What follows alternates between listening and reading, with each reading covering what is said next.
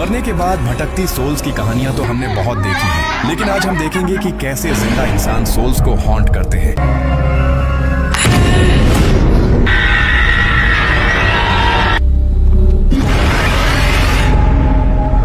Film की शुरुआत में हम मोमो नाम की एक लड़की को देखते हैं जो पजेस्ड हालत में थी। वो अपने सिबलिंग्स की तरफ देखकर अजीब आवाज में पूछती है, तुम लोगों ने मुझे अकेला क्यों छोड़ दिया? अंगा तब दावा करता है कि ये मोमो नहीं बल्कि सोफी है। वो हिम्मत करके जैसे ही मोमो को टच करता है, वो सब जैसे किसी इनविजिबल गोंद से एक दूसरे से चिपक जाते हैं। उन सब के मुंह से काला धुआं निकलने लगता है और सीन अंधेरे में गायब हो जाता है। कहानी कुछ दिन पीछे जाती है। अंगा अपनी बहन मोमो, निंडी और भाई जोजो को वीडियो कॉल पर अगले दिन के टूर की याद दिलाता है। निंडी काम के प्रेशर की वजह से पहले मना करती है, लेकिन सब उसे याद दिलाते हैं कि वो 4 साल से अपने घर नहीं गए। आखिरकार निंडी मान जाती है, पर कहती है कि वो ज्यादा दिन नहीं रुक पाएगी। फिर अंगा अपनी छोटी बहन सोफी को मैसेज करता है कि वो कल ही पहुंच रहे हैं। उसी रात घर पर पिता सोफी से पूछते हैं कि क्या उसके भाई बहन आ रहे हैं। सोफी हाँ कहती है। ठीक तभी आजंग नाम का आदमी घबराया हुआ आता है और सेना की मदद मांगता है, क्योंकि मिला नाम की लड़की को फिर से एक स्पिरिट ने पजेस कर लिया है। सेना वहां जाकर लड़की के सिर पर हाथ रखता है तो सोल बोल पड़ती है, मैंने सुसाइड नहीं किया, मेरा मर्डर हुआ था। सेना उसे जाने का ऑर्डर देता है तो आत्मा याद दिलाती है, तुमने वादा किया था। सेना गंभीरता से कहते हैं कि वो जानते हैं और फिर लड़की की बॉडी से सोल को निकाल देते हैं। अगली सुबह चारों सिबलिंग्स घर के लिए निकल पड़ते हैं। नेक्स्ट सीन में सोफी जब आंगन में झाड़ू लगा रही थी, उसे महसूस होता है कि उसके पीछे से कोई गुजरा,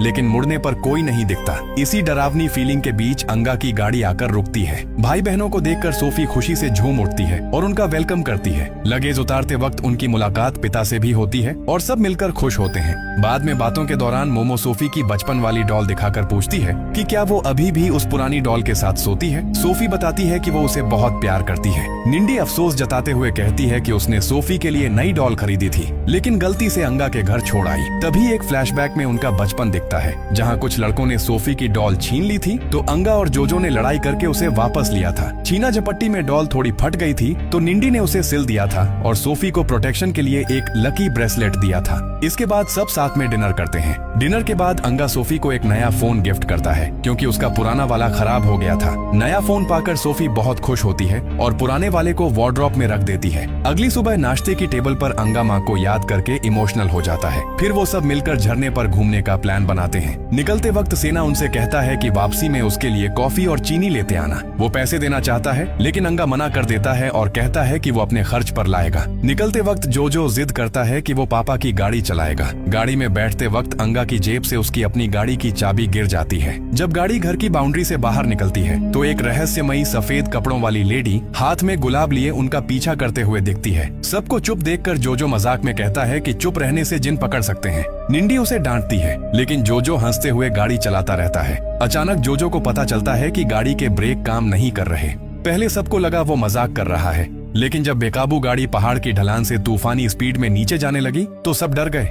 गाड़ी भयानक तरीके से पलटकर चकनाचूर हो जाती है। घायल जोजो किसी तरह मलबे से निकलकर बाकियों को बचाता है, लेकिन सोफी गाड़ी के अंदर ही फंस जाती है। उसे निकालने से पहले ही गाड़ी में आग लग जाती है और ब्लास्ट हो जाता है। उनकी आंखों के सामने सोफी की दर्दनाक मौत हो जाती है। अगले सीन में अचानक अंगा की नींद खुलती है। वो जोजो को जगाता है जैसे वो किसी सदमे में हो। एक्सीडेंट के बाद का उसे कुछ याद नहीं, लेकिन बस इतना याद है कि सोफी गाड़ी के अंदर थी। इसलिए वो सोफी को ढूंढने बगल वाले रूम में जाते हैं तो देखते हैं कि सेना, मोमो और निंडी बैठे हैं। अंगा पूछता है सोफी कहाँ है। सेना उन्हें हिम्मत रखने को कहता है और बताता है कि जो हुआ वो किस्मत थी। मोमो बताती है सोफी अब जिंदा नहीं है। अंगा गुस्से में मोमो को सोच समझकर बोलने को कहता है। सेना सिचुएशन संभालता है। वो उन्हें घर से बाहर जाने से मना करता है और कहता है मैं सब संभाल लूंगा। फिर वो चला जाता है। सेना के जाते ही निंडी एक्सीडेंट के लिए सीधे जोजो को जिम्मेदार ठहराती है और कहती है कि उसी की वजह से सोफी मरी है। अंगा रोकने की कोशिश करता है तो निंडी उसे भी सुना देती है। मोमो झगड़ा रोकने जाती है तो उसे भी डांट देती है। ठीक उसी वक्त सोफी की अलमारी के अंदर से उसका पुराना फोन अचानक बजने लगता है। अंगा डरते डरते फोन उठाता है तो उधर से सोफी की आवाज आती है, तुम लोग मुझे अकेला छोड़कर क्यों गए? दहशत में अंगा के हाथ से फोन गिर जाता है। जो फोन उठाता है, लेकिन उसे भी समझ नहीं आता कि क्या हो रहा है। उसी वक्त वो रहस्यमयी सफेद कपड़ों वाली लेडी घर के बाहर खड़ी दिखाई देती है। जो गिल्ट में डूब जाता है और मानता है कि निंडी सही कह रही है, सारी गलती उसी की है। दूसरी तरफ निंडी को सोफी की आवाज सुनाई देती है जो उसे अपने साथ रहने को कह रही है।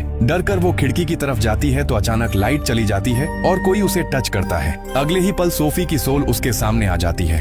डर के मारे निंडी कमरे से भागती है और मोमो से टकरा जाती है। निंडी घबराकर मोमो को बताती है कि सोफी ने उसे टच किया, लेकिन मोमो आसपास किसी को न देखकर बात टाल देती है। इसके बाद जोजो वॉशरूम में घुसता है तो दरवाजा अपने आप बंद हो जाता है। वो ध्यान नहीं देता और अपनी टी शर्ट टांगने जाता है, तभी ऊपर से कुछ लिक्विड उस पर गिरता है। इससे पहले कि वो कुछ समझ पाता, सोफी का घोस्ट अचानक ऊपर से उस पर गिर पड़ता है। जोजो की चीख सुनकर सब दौड़ कर आते हैं और उसे डर से कांपते हुए देखते हैं। निंडी तब मोमो को याद दिलाती है कि उसने पहले ही ऐसी किसी चीज के बारे में वार्न किया था। डर के मारे वो सब उसी रात एक ही कमरे में सोने का फैसला करते हैं, लेकिन शांति ज्यादा देर नहीं रहती। आधी रात को बाहर से झाड़ू लगाने की आवाज आती है, जैसे कोई बेवक्त आंगन साफ कर रहा हो। फिर लाइट के साथ अजीब खेल शुरू होता है। स्विच अपने आप ऑन ऑफ होने लगता है और आखिर में बंद हो जाता है। अंधेरे में अंगा अचानक देखता है कि निंडी के ठीक बगल में सोफी लेटी हुई है। अंगा के चिल्लाने पर निंडी पीछे मुड़कर सोफी को देखती है और डर कर उछलकर मोमो के बिस्तर पर चली जाती है, लेकिन अगले ही पल सोफी गायब हो जाती है। कंफ्यूज्ड अंगा जैसे ही बिस्तर पर बैठता है, सोफी फिर कमरे के बीच में दिखाई देती है और कहती है, मेरे साथ रहो।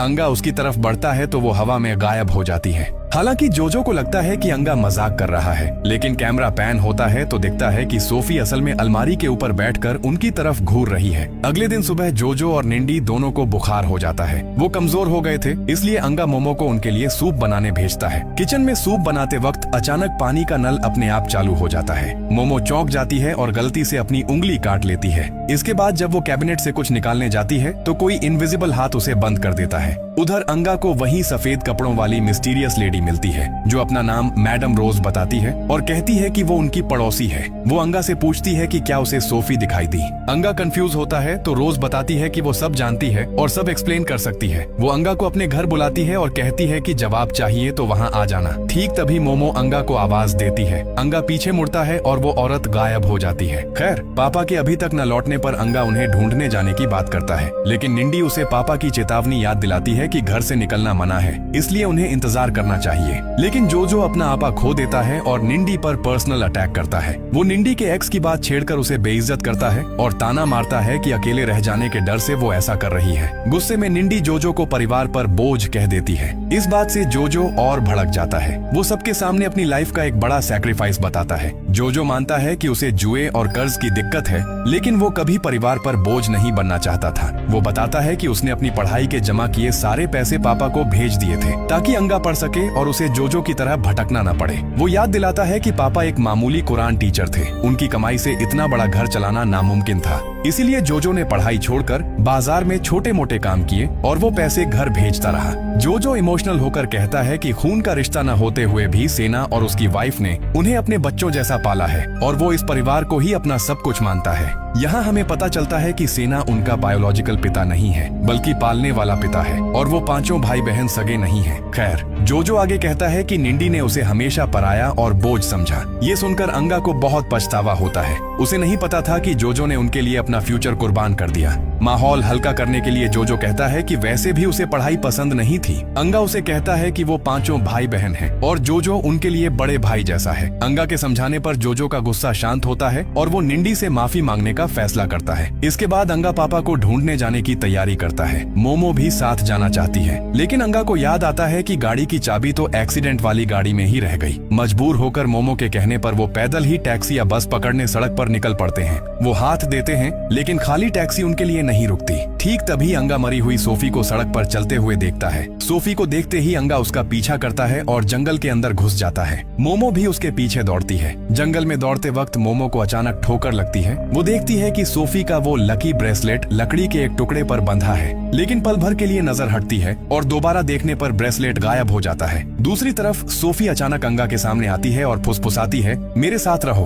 अंगा कुछ समझ पाता उससे पहले ही सोफी ठीक उसके पीछे आ खड़ी होती है। डर के मारे अंगा गिर पड़ता है और वहाँ से भागने लगता है। घर पर जोजो निंडी से माफी मांगने उसके रूम में जाता है। वो देखता है कि निंडी खड़ी है, लेकिन तभी असली निंडी पीछे से दवाई लेकर आती है तो जोजो चौंक जाता है। वो कंफ्यूज हो जाता है कि अभी उसने किसे देखा था। खैर, जोजो निंडी से माफी मांग लेता है। उधर जंगल में मोमो को अंगा मिल जाता है। सोफी की सोल वाली बात सुनकर वो जल्दी घर लौटने की कोशिश करते हैं, लेकिन काफी देर चलने के बाद उन्हें एहसास होता है कि वो बार बार जंगल में उसी जगह आ रहे हैं, जैसे किसी लूप में फंस गए हों। घर पर निंडी समझ जाती है कि अंगा और मोमो शायद पापा को ढूंढने ही बाहर गए हैं। उसी वक्त निंडी आईने में अपना एक पीला और हॉन्टेड रिफ्लेक्शन देखती है। वो कंफ्यूज होकर आईने के एकदम पास चली जाती है। जोजो की आवाज से उसका ध्यान टूटता है। उधर जंगल में मोमो को एक अजीब स्मेल आती है। अंगा इधर उधर देखता है तो उसे दूर मैडम रोज खड़ी दिखती है। अंगा तुरंत उन्हें फॉलो करता है और फाइनली उस लूप से निकलकर मेन रोड पर आ जाता है। घर लौटने के बाद अंगा मोमो को लेकर सीधा मैडम रोज के घर निकल पड़ता है। उसे यकीन है कि यही औरत उसे सोफी की भटकती हुई सोल से मिलवा सकती है। मैडम रोज बताती हैं कि सोफी की आत्मा को शांति नहीं मिली है, वो डरी हुई है और अपनी फैमिली को कुछ जरूरी बात बताना चाहती है।